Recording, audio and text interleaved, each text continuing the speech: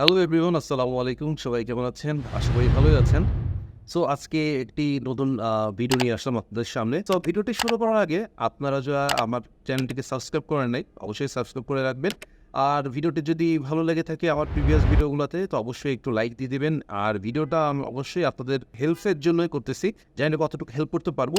আশা করি যতটুকু ইনফরমেশন দিব ততটুকুই আপনাদের একটা ভালো একটা হেল্প হয়ে যাবে। তো চলুন ভিডিওটা শুরু করি। তো আজকের মেইন টপিকসটা হচ্ছে আপনারা কিভাবে ব্লক লিস্টটা খুঁজবেন, ব্লক সিটি, কিভাবে সিটিগুলা ব্লক করবেন, কোন কোন কান্ট্রি ব্লক করবেন, কিভাবে বুঝবেন যে আপনি হচ্ছে কোন ম্যাচের কোন সিটিগুলা ব্লক করতে হবে।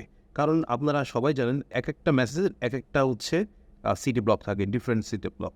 তো এটা ডিপেন্ড করে হচ্ছে এক একটা ম্যাচের উপরে, এক একটা কান্ট্রির উপরে, হ্যাঁ, এক একটা লিগের উপরে, টুর্নামেন্টের উপরে, এটার উপরে ভিত্তি করে আসলে ব্লক লিস্টটা দিতে হয়। তো আমরা কিভাবে খুঁজবো, তো সেই সম্বন্ধে হচ্ছে এই ভিডিওতে পাচ্ছেন সম্পূর্ণ একটা টিউটোরিয়াল।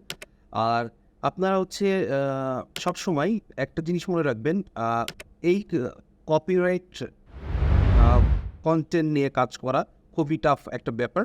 কারণ আপনি আসলে এটার সবচেয়ে বড় কাজ হচ্ছে, হার্ড কাজ হচ্ছে ধৈর্য। আপনি এই কাজে যদি ধৈর্য না থাকে তাহলে আপনি এই কাজ করতে পারবেন না।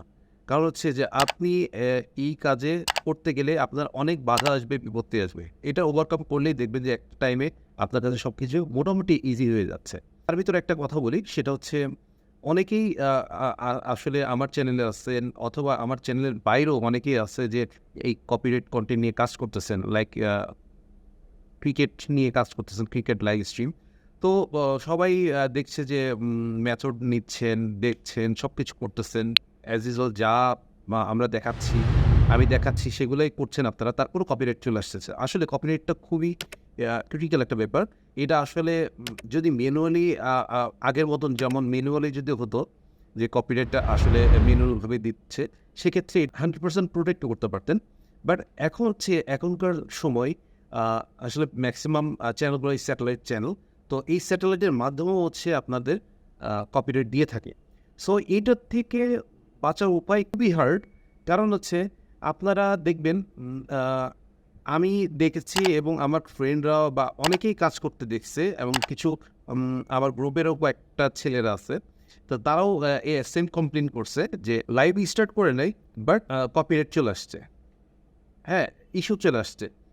আপনাদের পেজ কোয়ালিটি ইয়েলো হয়ে গেছে। আপনি কিন্তু বাটন ক্লিক করে নাই। এইটার মানে হচ্ছে যে ক্রিকেটের যেই খেলাটা, ম্যাচটা আপনারা লাইভ স্ট্রিম করবেন, সেটার জন্য আপনি একটা টাইটেল দিয়ে থাকেন। সো এই টাইটেল থেকে ওরা ইন্ডিকেট করে, এবং হচ্ছে টাইটেল থেকে ওরা ফেসবুকে এমনভাবে অ্যালগরিদমটা দিয়ে রাখে যে ওই টাইটেল অনুযায়ী হচ্ছে লাইভেই ওরা ইস্যু যেন ক্রিয়েট করতে পারে। তো এমনভাবে অ্যালগরিদমটা সেট করা থাকে ওদের সিস্টেমটা। তো এই জন্যই অনেক সময় দেখবেন যে আপনি লাইভ স্টার্ট করেন নাই, বাট তা আগেই হচ্ছে আপনার পেজে ইস্যু চলে আসছে বা আপনার পেজ কোয়ালিটি ইউল হয়ে গেছে। তো এটা একটা বড় প্রবলেম। কীভাবে আপনি একটা সিটি, যে ম্যাচটা খেলা হচ্ছে তার সিটি লিস্ট কীভাবে বের করবেন?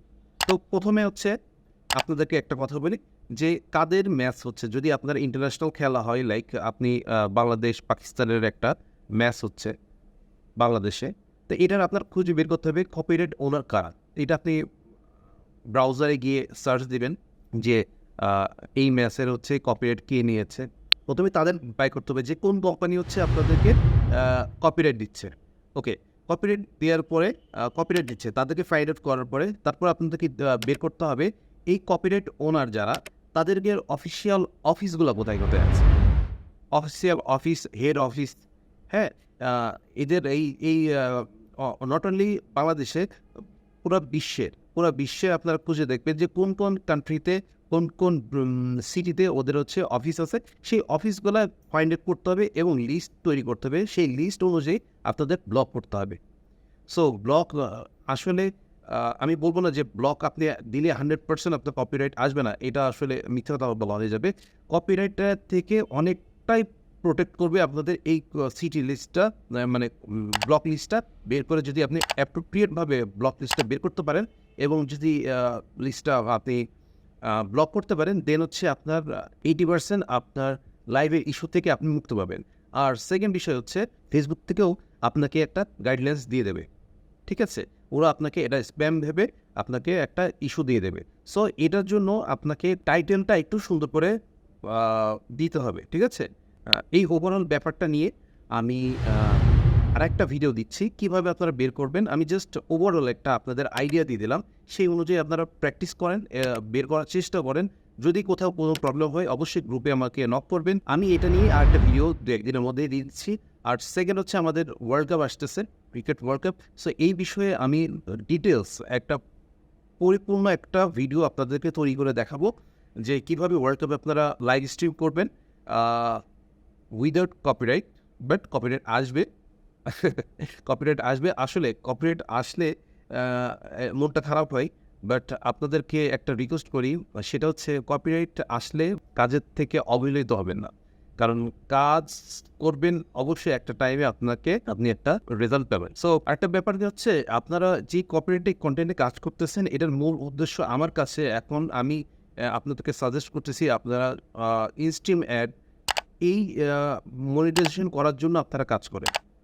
আদারওয়াইজ অন্য কোনো কাজের জন্য না। কারণ আপনাদের আমি বলব না যে ৪-৫ ঘন্টা ধরে আপনি কাজ করতে পারবেন।